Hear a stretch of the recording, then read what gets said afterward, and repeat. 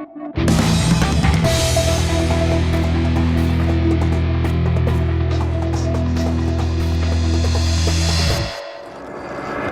evening, everyone, and welcome into this week's edition of the Bullring. I'm your host, Derek Diesner, and for the next 30 minutes, we'll break down the week that was in AWC Matador Athletics. During today's show, we'll sit down with head football coach Tom Minich, head volleyball coach Jason Smith, head basketball coaches Patrick Cunningham and Charles Harrell, and we'll also meet the November Student Athletes of the Month from the AWC women's and men's soccer team. But up next here on the Bullring, it's time to talk Matador football. And with that, we will welcome in head coach Tom Minich after this quick break on AWC TV.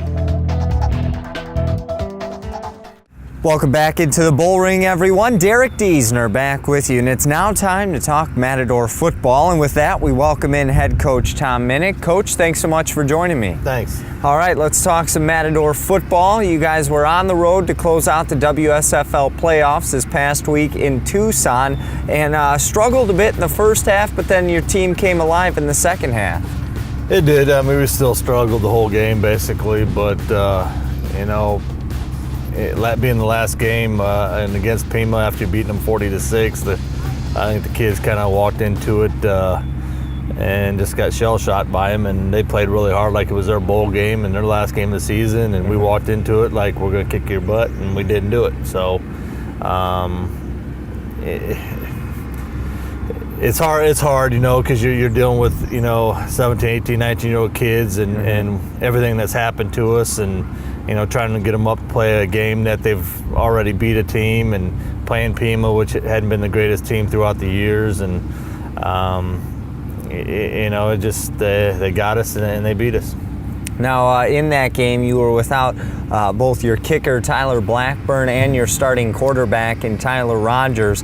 How much did that really affect how your team performed? It did, especially the quarterback position, which I think we'd have got by without the kicker, but the quarterback position really hurt us. Mm-hmm. I mean, it's hurt us the last two games not having Tyler with us, and that's the biggest reason probably why we end up losing. You don't want to take anything away from Pima, but if we had Tyler, it'd been a whole different story. But it is what it is. We just gotta keep fighting and hopefully get him ready to go for the bowl game. Now, you were without your kicker, as we talked about, so you were forced to go for two, and it worked 2 out of the 3 times. You had to be happy with that percentage. Yeah, we went into it thinking you just got to get half of them. Mm-hmm. So, and we do a pretty good job with that, and with going for it on fourth and inches or fourth and long. I mean, we're, I think, 10 of 16 with fourth down conversion. So we're doing a pretty good job with that. Now, it was announced earlier today that you will compete in this year's Fisher Automotive El Toro Bowl, and you'll take on fellow WSFL member, the Nimi Broncos. You played them earlier this season, but I'm sure it'll be another great rematch between these two teams. Yeah, Nimi's a solid team, and I'm good friends with Joe over there, and he'll have them ready to come play us, and we beat them the first time, and we'll have to practice hard and be well prepared to beat him the second time. He's with the military, with the World War II vets coming here and all that stuff, it's a great opportunity to have the military academy come in here and play us again, and it'll be a fun game because I know the coaches, and we get along really well, so it'll be a good game. Now, there's about 3 weeks until the Fisher Automotive El Toro Bowl, so how do you really go about with practicing and workout schedules for these players? Oh, we gave them off this whole week. We'll come back next week and practice 3 days, and then lift them next week too, and then come back and practice probably 2 days. We're hitting the recruiting trail real hard right now. I mean, I got coaches doing stuff right now, calling and finding players. I'm not going through this again. Yeah. We're to lose 4 games on the field is not what we're all about. So we met this weekend, and they got some homework to do for this whole week while I'm at the conference meetings and stuff like that. Need to find some players, and that's just how it is. I don't like to lose, and they're feeling the brunt of it real quick here with the coaches and trying to find some good football players. We return a lot of kids, as long as they do well academically and we want them back, we'll return a handful of pretty decent kids, so that'll give us a base. And then we got to find some kids to come in here, difference makers, 6 on each side of the ball at least that can flat out play, so we can get back to that national championship caliber team. So we're at it already. All right.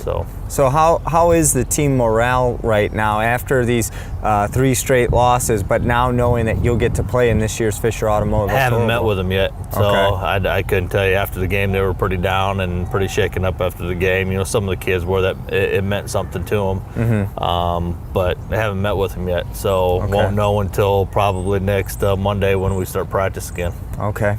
All right, Coach. Well, thanks so much for your time. Congratulations on being elected to this year's Fisher Automotive Toro Bowl, and we'll catch up with you next week. Thank you very much. All right, that was head football coach Tom Minich here on the Bullring. It's time for us to take a break. But when we come back, we'll sit down with head volleyball coach Jason Smith right here on the Bullring.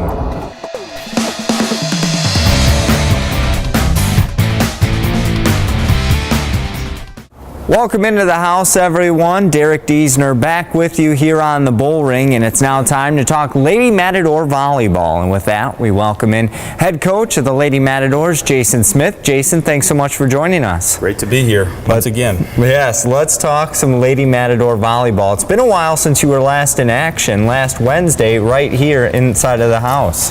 Yeah, it's been good to get a couple of days off, but that was one of the best matches we played all year. And I couldn't believe how well Central played that night. I really honestly thought that they would come in and not play as well as they did the week before.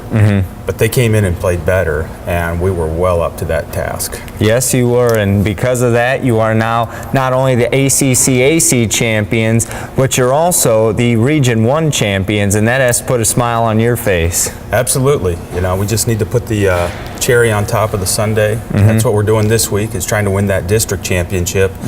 But to go through the entire conference and win that conference championship with the unbalanced schedule is very difficult to do, and with the amount of travel, we had 4 home and 5 away with the matches within the Division 1, which is your biggest travel. Right. And then to win the Region 1 championship, it's a big task. Once you've beaten a team twice in a season, they go ahead and beat them that 3rd time. So I'm very, very happy right now.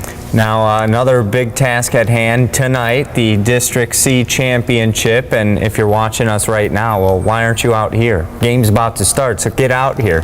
But you're taking on Redlands Community College out of Oklahoma, and you're a little familiar with them. You saw them last season, but some fresh faces on their squad. What should we expect here tonight? Lots of fresh faces on their squad. The biggest player that they have that returned is their outside hitter. Okay. She's out of Puerto Rico. Very good player. Very, very good player. She's a little bit small, so she probably doesn't intimidate anyone. Then she plays a great match. Okay. They're one of those types of teams that scared me to death because I watch the video and I go, why are they winning these matches? And it's hard for me to put my finger on exactly why. For instance, last week we knew if we could shut down or slow down Central Arizona's middle hitters, we would have a great chance at winning. We did a good job of that, and that's a big part of why we won that in 4. Probably should have won it in 3 if we hadn't had so many hitting errors in game number 3. But I still, teams that scare me are the teams that I say I'm not really sure what the heart and soul of this team is. Okay. And tonight, a tough task at hand, obviously, but the good thing is you'll be here at home, and it seems and sounds like, it's going to be a good crowd. You had a great crowd here just the other week against Central Arizona, and your team really seemed to feed off of that. Our team definitely feeds off the energy of any crowd, especially at home. But even when we've been on the road, when people have yelled at them and been borderline rude and obnoxious, they fed on it.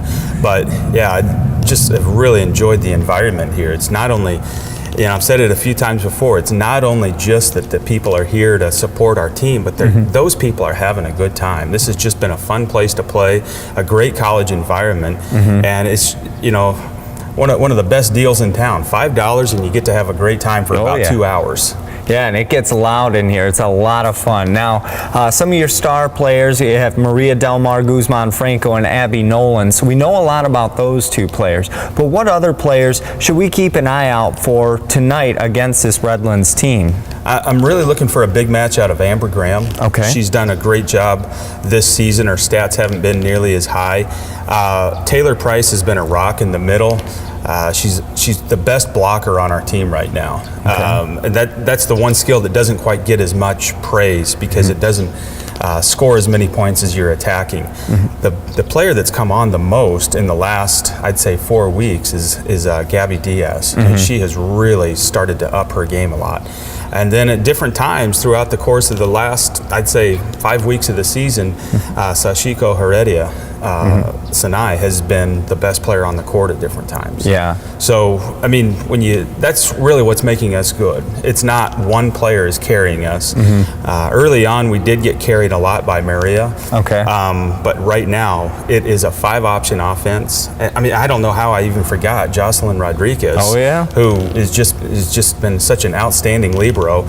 But the real thing also is unsung hero, Rachel Rutherford. When she plays well, the whole team plays well. Yes. And it's just phenomenal to sit there and look at how important she is to our entire team effort. And it's great because you mentioned team, and really this is a great overall team. Everyone, it's the pieces to the puzzle have all come together so perfect that these guys gel so well on the floor. Well, the other day, it's even, Zaylin Miller has been a spot player for us, and she's really done a great job with that. But yes, the other day, I believe it was Monday, our practice, or Saturday, I can't remember which day, we had an outside hitters tournament. And she's right there in the middle of the whole thing. It's not the fact that she forces them to play well every day. She has accepted her role, and I'm expecting her to be a starter next year. All right. Well, that's some great news to hear. Well, Coach, thank you so much for your time. Good luck tonight, and I hope next week when we speak, we'll add District C champion right next to your name. That'd be great. All right. That was head coach Jason Smith of the Lady Matador Volleyball team. Don't forget, if you're watching us right now, come on out and support the Lady Matadors as they host Redlands Community College out of Oklahoma in the District C Championship. It's time for us to take a break here on the Bullring, but when we come back, it's time to introduce the November Women's Soccer Player of the Month right here on the Bullring.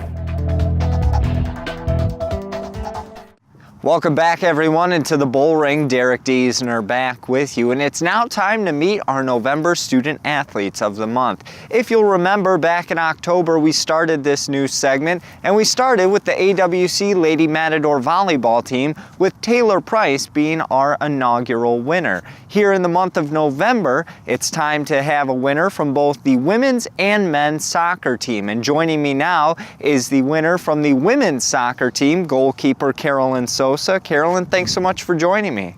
Thank you for having me. A great season for you and your team, and you were the starting goalkeeper. You played in 17 games, started 16 of them, and really did a great job this year between the pipes. Thank you. Now, in the past, you've played volleyball here at AWC, but with this being the first year with soccer being here, for the women's side, you wanted to play and you did a fantastic job. Talk about your first season on the soccer field with AWC. It was a great experience because we did so well throughout the season. I don't think a lot of people were excited about it, but they didn't really expect much from us. And I guess we didn't think we'd be such a great team either. And we just turned it around, and we just showed everybody and even ourselves that we were better than most teams here. Now, even though the season ended a little bit earlier than you and the squad had hoped for, it still had to be an impressive season and one that you'll never forget, knowing that it was your first year and you guys accomplished so much. Some other things with this women's soccer team I noticed is that only one sophomore on the roster this past season. So you only lose one player going into next year. Can you guys really build off of that and work to be even better next year, knowing that you'll be in the ACCAC conference? I think we'd be much better since we already played an entire season together, and we still have spring to come even closer together. And losing one sophomore is just gonna make us even better because we don't need a lot of new players or like people to like learn to play with. Or did it take you guys long to gel together, or did it come pretty easy? Because watching you all on the field, it seemed that you all really clicked well. It was hard during preseason because like you could see like little clicks and stuff. But after our first loss against Phoenix, we came together the next day at practice and we told each other that we had to come together and we had to play together and play as a team. And we had like a team meeting afterwards and we all said something we liked about each other and something we could do to help the team become better. And that's the only thing we needed to make us play as a team the entire season. Okay. Now let's talk about you specifically in winning this award. Now you were chosen because not only of your excellent play here on the field, but also for what you do in the classroom. And that has to mean a lot to you, knowing that, you know, you not only excel here, but you excel in the classroom as well. It's like as an athlete, you should like understand that school comes first because you're here to play. Right. But I mean, if you have bad grades, then I mean, you're not going to go anywhere. So, and if you want to keep playing and moving on to a better, like a higher level, then I mean, your education and your grades are the first thing they look at. So what are some of your future goals? Where do you hope to go following AWC? I want to keep playing soccer. I'm not sure where yet. I'm still looking into that. But I want to go I really don't want to go far away from home. Maybe California or stay in Arizona. And a school that has broadcasting and journalism. Okay, so then following your days in college, what do you want to do professionally? Do you want to be a professional soccer player? Are you looking to get right into the broadcasting industry? I want to look into getting like to sports editing. Okay. And like, I don't know. I saw this on a movie one time and I thought it was really cool, so I want to do it. All right. Well, Carolyn, thanks so much for your time and congratulations on this award. Thank you. All right, that was goalkeeper Carolyn Sosa from the Lady Matadors soccer team. When we come back, we'll meet up with the Matadors men's soccer team Student Athlete of the Month right after this on the Bullring.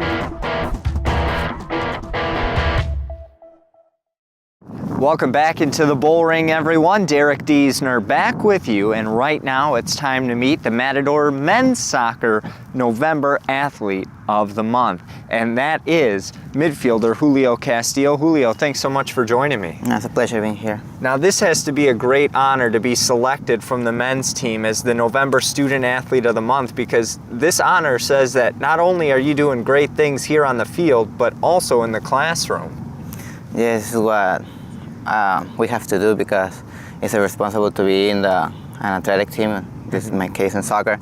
So I try to maintain my grades as high as possible. So what are some future goals that you have following your time here at AWC? Do you plan on going to a university and continuing to play soccer following your time here? Of course, my goal is to go to a Division I, but I had a dream, and so it's playing professional soccer. So I will keep looking for that, and if it's not, first Division I. That's fantastic. Now, what do you do to kind of make sure that that goal can hopefully become a reality here soon? Are you still training now, knowing that it's the off season? What are you doing? Yeah, all my life I try to keep maintaining training.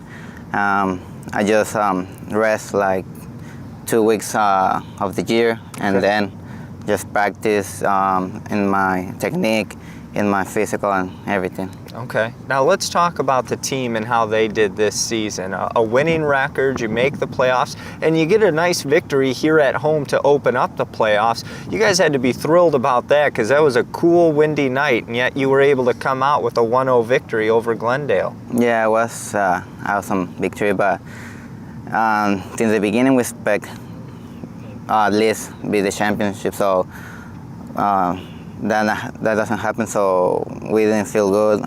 Still, I don't feel good because we have a great team. I still believe we are the number one, but we could improve it. What do you think about this team for next season and the players that they return? Obviously, they're going to lose a lot, but they return some too. And what do you think? How will they fare next season? I think they will do good because there are a few. The most of the guys were second years, but the guys that is their first year, they all are awesome. So they will do good. Now, getting back to this award and being here at AWC, receiving a scholarship to come here and play soccer, what does that mean? It means a lot because, I mean, for me, it's the best opportunity I can have because I was playing in Mexico and I just play soccer and that's it. Here I have the school, here I have the sport, here I have a lot of opportunities. And what do you think about this beautiful facility that was built this year for both of the soccer teams to play on? Is this one of the nicer ones in the conference? Yes, of course, definitely. The most important thing is that it's a big field. Most of the fields away, they are small, so we cannot play good because it's just too small. All right. Well, Julio, thanks so much for your time. Good luck on your future endeavors and congratulations on winning this award. Thank you very much. All right, that was Julio Castillo, midfielder for the AWC men's soccer team. We'll be back with more right here on the Bullring. Welcome back into the Bullring, everyone. Derek Diesner back with you, and we're coming to you now from the house. And I'm now joined by AWC Lady Matador head basketball coach Patrick Cunningham. Patrick, thanks so much for joining me. Great to be back in the Bullring. Boy, it's been a while, and a crazy long week for your team. You had a couple of games in the Desert Classic. Now you play on Monday night, and you have a conference opponent. And actually, I say Monday night, it was actually during the day on Monday. Yeah, we had the afternoon matinee, the 2 o'clock start versus Chandler Gilbert to start conference game. And good idea by the athletic department, Veterans Day, and no school that day. So, and it was a healthy crowd. We really enjoyed having the people here, and they got to see some decent basketball. They did. And now let's go back a little bit, talk about the Desert Classic. Yeah, Desert Classic was good for us. I mean, we had the first game against CETIS University of Mexico. An exhibition game allows us to get basically a game in. Right. Doesn't count in the standings or the statistics, but the environment was there, and our guys were nervous. And CETIS is a very good university level team in Mexico that made us work hard for a victory. So we took that. I think the second night helped us beat Snow pretty good by 23. And so overall, those two games got us kind of used to the home crowd. And I think we really needed it on Monday because we were in a battle.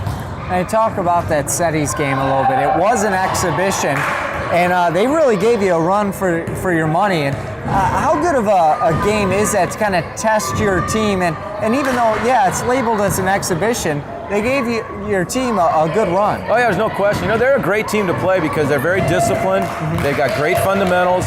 They make the extra pass. They do a lot of things that make your team work hard. And I think our guys came in and underestimated them a little bit, and we were very nervous. So we got the home crowd nerves, and then we were playing a team that had good discipline and moved the basketball.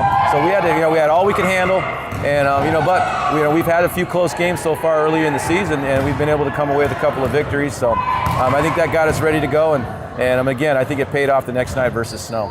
Now, a nice win against Snow to close out the Desert Classic for your team. Then you move on here on Monday, and you get a big conference win. And it was a tough one, a double overtime ball game. It really tested your team. But again, it has to be another great learning tool for this team. Yeah, we got away with the win. That's, in 2 months from now, it's just going to be a W on the slate. And how we went about it wasn't the best, for us. But we did get through it.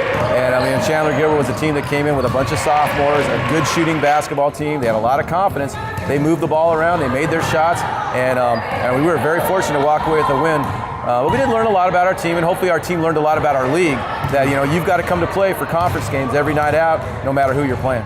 Now, looking at the rest of the week, only one more game for your team this week, but it'll be another challenging one as you hit the road for your first ACCAC road game, traveling to Scottsdale. Yeah, Scottsdale's it's a tough place to play. It's a it's a gym. It's one of those gyms that it's hard to generate energy in for some reason, and we won't have the fan base, the fans like we have here at home, and so our guys are gonna have to get out there and figure out how to generate some energy. Typically, Scottsdale's got some talent. It's on certain nights they play very well, other nights that they struggle, and it's just been a tough place for us to put together a win over the years, and so we'll have our work cut out for us. After having so many games early on in this schedule for your team, knowing that after Wednesday's game at Scottsdale, you get a week off, that's got to be a good feeling for you and these players to have to know they can kind of rest. Yeah, you know, and hopefully we don't look over the Scottsdale game. I mean, we got to get that W first, and then we can gear up a little bit because it's going to be a heck of a run coming up with Eastern, Central, Cochise. I mean, that's the heart of the Division I contenders. Right. And so we're really going to have to look forward to them, but you cannot look over anybody in this ACCAC. You've got to take care of your road wins. It doesn't matter who you're playing. Scottsdale's the next guy on the docket. And we've got to take care of the Artichokes on Wednesday. All right. Well, Patrick, thanks so much for your time. Nice job on the victories, and we look forward to catching up with you next week. Yeah, we look forward to it. Always be good to be in the Bullring. Awesome. All right. That was head women's basketball coach here at AWC, Patrick Cunningham. It's time for us to take a break here on the Bullring, but when we come back, I'll sit down with head coach of the Matador men's basketball team, Charles Harrell, right after this on the Bullring.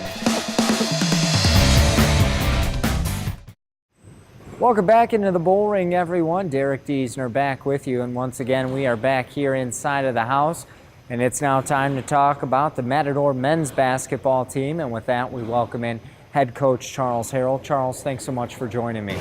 Not a problem, Derek. Let's talk some Matador men's basketball. It's been a busy week for you guys.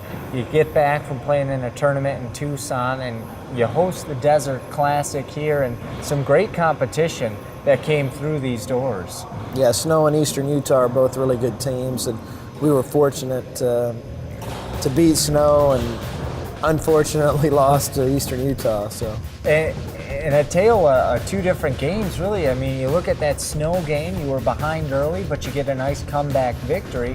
Then Eastern Utah, you were ahead, fell behind. It was a close game, and then you fall late. But some great games overall, and you had to learn a lot about your team in both performances. Yeah, I thought we learned a lot from our guys, seeing what they can do, seeing how they can help the team be successful. I thought we had some guys play really good against Snow that did not play so well against Eastern Utah, but I think we're overall getting better as a team. Now, after those games in the Desert Classic, you had the weekend off. Were you able to give these players some rest, or were you still practicing in preparation for your conference game on Monday? Well, we took Saturday off the whole day. They needed a day off because this week was going to be really hard for us. And then we practiced Sunday. Now, leading up, let's talk now about Monday's game. A victory against Chandler Gilbert, and a big one. That has got to be a nice, positive way to go into your crazy schedule this week, knowing that you're starting conference play out 1-0. Yeah, it is really important. And it's going to be really important for us to be ready to play Scottsdale on Wednesday night, and we know that. Looking at our schedule this week, Chandler Gilbert and Scottsdale, they're the priorities. The other two games are non-conference games. It would be great to win them, obviously, but they would be bonus wins. So we have to take care of our conference first. So you'll travel to Scottsdale on Wednesday. Another tough opponent awaits you there. And then following that, your team's going to travel just a day later, and you have to make the trek up north to Idaho for a pair of games up north. Yeah, and you know, the Scottsdale game Wednesday night, they shoot the ball really well. They're very similar in size to Chandler Gilbert, but their shooting is better, and their effort will be better at home, so we're going to really have to be ready for that. What do you know about your competition that will await you later this week in Idaho? Well, I know North Idaho actually played the team, Salish Kootenai, that we played the first night up there, and they beat them by about 9. Okay. And I know North Idaho's been really, really good in the past. I just got a DVD in the mail yesterday. Okay. So I haven't had a chance to watch that yet. I'll kind of focus on Scottsdale tomorrow, and then hopefully Wednesday on the bus up to Scottsdale, probably watch some of Salish Kootenai and North Idaho. So. Okay. Now, knowing that you have all these games bunched up close together, is this the way that you'd prefer it, to know that your team doesn't really have much time to think about it? They just have to be on the court playing their game, or would you rather have more preparation time and then just have maybe one game or so? Well, early in the year, I think it's important to practice, but I also think it's important to play games. I would really prefer not to play 4 games in a week, but that's just kind of the conference schedule we were dealt. We were supposed to play the Chandler-Gilbert game this coming Saturday instead of Monday today, Right. but we had scheduled to go play at North Idaho, so we had to move the Chandler-Gilbert game to today, and Scottsdale was always supposed to be on Wednesday, and the travel's going to be difficult this week, but if you want to play in the national tournament or you want to play on the road in a big game at the end of the season at Cochise or Eastern Arizona or wherever, you're going to have to be tested. So Now this team won't be back home now until November 23rd when Eastern Arizona comes to town. A lot of road games await your team, and again, that's got to be another learning tool, because it's always easy to play in front of your home fans, but to go on the road, to be on the bus for a long period of time, that's when you really learn about what kind of team you have, right? yeah, I think we learn about their character, their toughness. They all like each other. They all get along pretty good, which I like that about this team, and they'll get better as we go on. Again, my goal for them is to be good in January and February, and get better right now. Okay. So, All right, well, Charles, thanks so much for your time. Good luck this week and safe travels. all right, thanks, Derek. Appreciate All it. right, that was head coach Charles Harrell of the Matador men's basketball team here on the Bullring. It's time for us to take another break, but we'll have more of the Bullring up next, right after this on AWC TV. Well, that will wrap up this week's edition of the Bullring. I want to thank all the coaches and student athletes who joined us on this week's episode, and thank all of you, the fans, who joined us, as well as our handy-dandy cameraman, Travis Mitchell, who does all the behind-the-scenes work to make me look good. Want to remind everyone to get their El Toro Bowl tickets now as they are on sale. You can visit eltorobowl.com. You can call or visit the athletics department here at AWC, as well as stop by the Caballeros de Yuma office in downtown Yuma. The game is on Saturday, December 7th, with kickoff scheduled at 1 p.m. So get your tickets now before it's too late. We'll see you next week, everyone, and thanks so much for tuning in. You've been watching the Bullring right here on AWC TV.